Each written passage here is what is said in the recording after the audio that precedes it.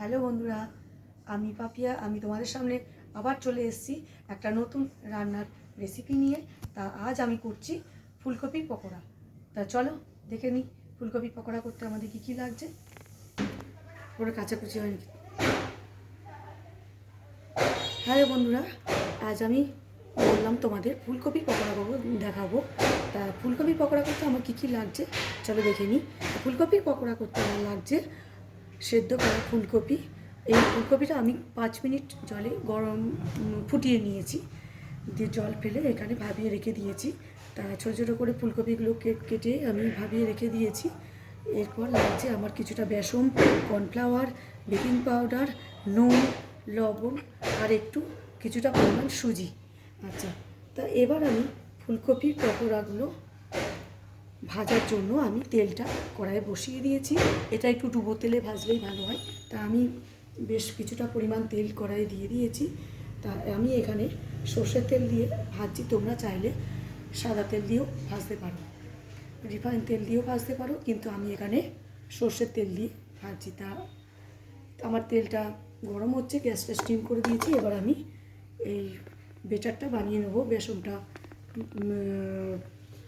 সব কিছু মিশিয়ে,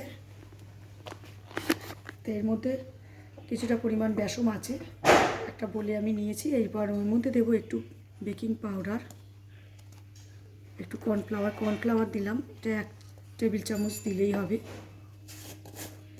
এরপর দেবো একটু বেকিং পাউডার, এরপর দেবো একটু লবণ, পরিমাণ মতো লবণ। এরপর দেবো একটু লঙ্কা কুচি,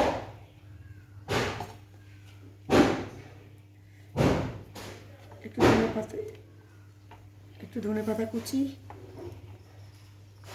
ধনে কুচিটা তোমাদের বলা হয়নি, সরি। এবার দেবো কিছুটা পরিমাণ সুজি, শুকনো সুজি দিয়ে দিলাম। খুব একটা বেশি দরকার নেই, 1 থেকে 2 টেবিল স্পুন দিলেই হয়ে যাবে। এবার আমি এটাকে ভালোভাবে মিক্সড করে নেব। আর এর মধ্যে আমি দেব একটা ডিমটা ফেটিয়ে দিয়ে দিলাম।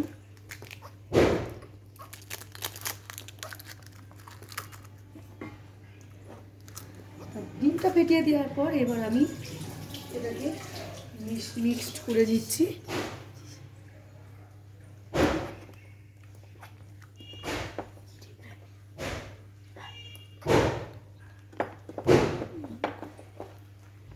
আমার ব্যাটারটা বানানো হয়ে গেছে। এবার আমি একটু এটাকে ফেটিয়ে নিচ্ছি।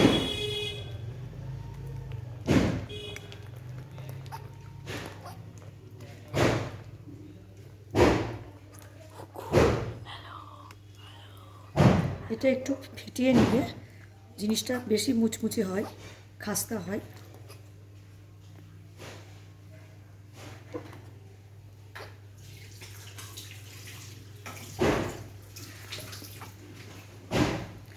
তো এবার আমি ফুলকপিগুলো, গ্যাসটা একটু বাড়িয়ে দিলাম, ফুলকপিগুলো একে একে বেটারের মধ্যে চুবিয়ে আমি তেলের মধ্যে ছাড়বো।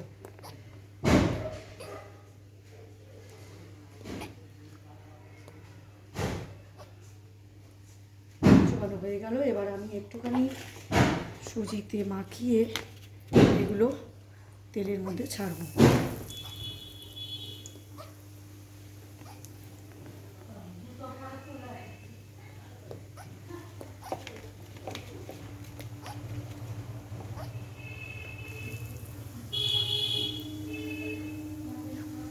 এভাবে একে একে সব ফুলকপিগুলো আমি তেলের মধ্যে ছেড়ে দিচ্ছি।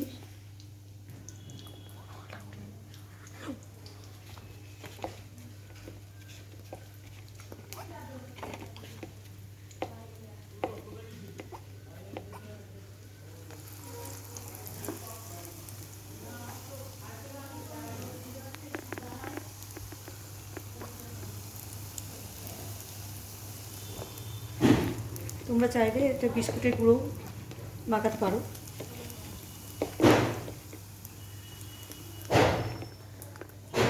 সব সময় তো আমাদের ঘরে ব্রেড কর্ন থাকে না, তাই আমি সুজিটা দিয়ে এটা করলাম, কারণ সুজিটা তো আমাদের সবারই ঘরে থাকে।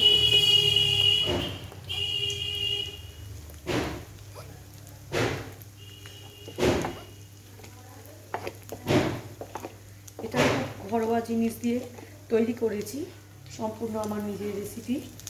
এটা সন্ধ্যেবেলা এই শীতের সময়, শীতের সন্ধ্যেতে বসে বসে গরম চায়ের বা সঙ্গে বা কফির সঙ্গে খেতে খুবই মজা লাগে। ভাতের সঙ্গেও তোমরা ইচ্ছলে খেতে পারো, কিন্তু সন্ধ্যেবেলা এটা যদি খাও শীতের মধ্যে খুবই ভালো লাগে। যারা ফুলকপি ভালোবাসে না খেতে, তারা এই ফুলকপিটা খেলে তাদেরও ভালো লাগবে, বা অনেকে গ্যাসের জন্য ফুলকপি খায় না, কিন্তু এটা খেলে কোনো প্রবলেম হবে না।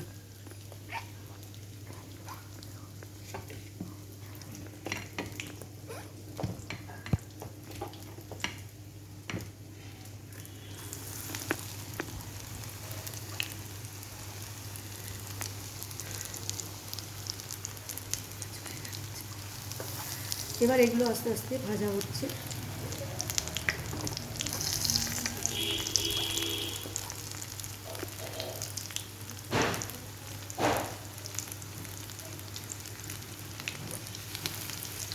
তা আমার ফুলকপির পকোড়াগুলো ছাড়া হয়ে গেছে তেলে, এগুলো আস্তে আস্তে ভাজা হচ্ছে।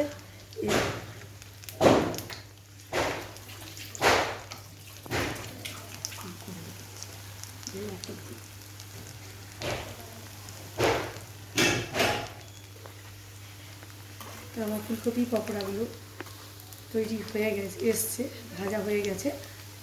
গ্যাসটা আমি স্টিম করে দিয়েছি যাতে পুড়ে না যায়।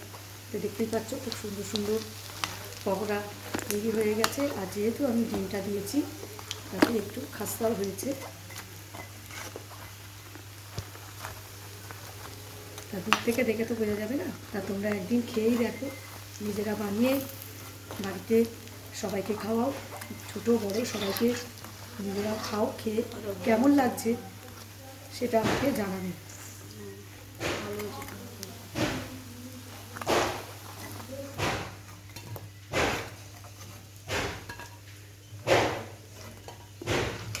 এবার আমি একে একে পকোড়াগুলো তুলে নিচ্ছি।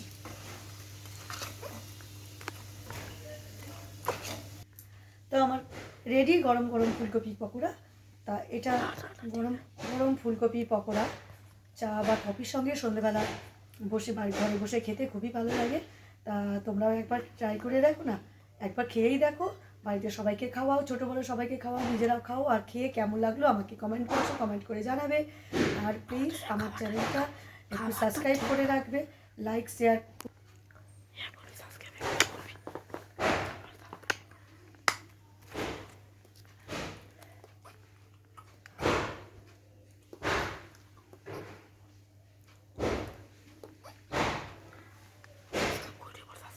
এটা খুবই ইজি, 5 মিনিটের একটা রেসিপি, খুব গরম গরম সন্ধেবেলার অল্প টাইমের মধ্যে একটা জলখাবার।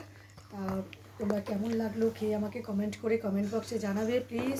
আর প্লিজ প্লিজ আমার চ্যানেলটা একটু সাবস্ক্রাইব করে রেখো। এরকম আরও ভিডিও আমি তোমাদের চ্যানেলে পাঠাবো, তোমাদের সঙ্গে শেয়ার করব, যাতে তোমাদের চ্যানেলে সরাসরি আমার ভিডিওগুলো তোমার সবার আগে পৌঁছে যায়। আর লাইক শেয়ার করো। আজ আসি, বাই।